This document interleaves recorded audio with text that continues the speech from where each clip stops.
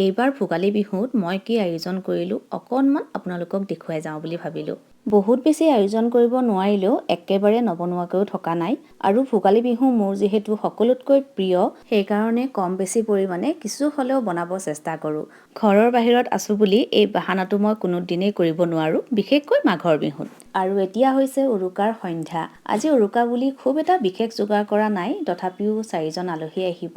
সেইকাৰণে তেওঁলোকক মাতিছোঁ। পিঠা পনাৰে চাহ দিম, বৰা চাউলৰ জলপান বনাম আৰু ভাতৰ যোগাৰ নাই কৰা। ভাতৰ যোগাৰ কৰিম বুলিও অৱশ্যে কৰিব নহ'ল, বহুত বেছি কাম থাকে। তাৰ মাজতে হঠাতে মনত পৰিল, মই বগা লাড়ু মানে নাৰিকলৰ লাড়ুটো নবনালোৱেই। আজি দুপৰীয়া জানেনে লৰালৰিকৈ বনাইছিলোঁ। সৰু ভিডিঅ' এটা শ্বেয়াৰ কৰিম কেইদিনমান পিছত, তেতিয়া আপোনালোকে গম পাব যে আজি মাংস বনাই থকাৰ মাজতেই মই কেনেকৈ লাড়ু বনাইছিলোঁ।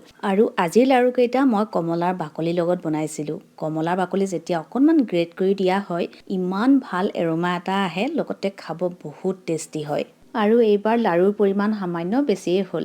নাৰিকলৰ লাড়ু বনালোঁ, হালধীয়া লাড়ু, লগতে পিঠাগুড়িৰ লাড়ু। লগতে এই হালধীয়া লাড়ুখিনি দেখা পাইছে যে, ইয়াৰ ৰেচিপি খুব সোনকালে দিম, সময় পোৱা নাই। কোনো ধৰণৰ আৰ্টিফিচিয়েল কালাৰ নহয়, হেল্ডি হয়। ভিডিঅ'টো চালে আপোনালোকে নিজেই গম পাব। লগতে ইয়াতো গম পাইছে কি হয়। আৰু এই তেলপিঠাও মই আজি দুপৰীয়াই বনাইছিলোঁ।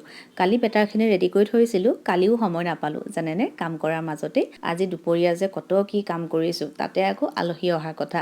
আৰু এইখিনিয়ে হৈছে এইবাৰৰ মোৰ বিহুৰ যোগাৰ। কিন্তু ইমানখিনি মিঠা বনোৱাৰ পিছত যদি কিবা এটা নিমখীয়া নবনাওঁ ভাল লাগিব জানো। সেইকাৰণে কাটা নিমকি বনালোঁ, মানুহজনৰ বৰ পচন্দৰ। অৱশ্যে ময়ো বেয়া নাপাওঁ, মিঠাৰ লগত মাজে মাজে খাবলৈ কিন্তু বৰ ভাল লাগে।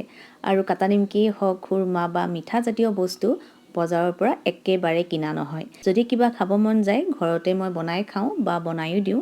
ঘৰৰ বস্তুবোৰ আচলতে সদায় বহুত বেছি ভাল।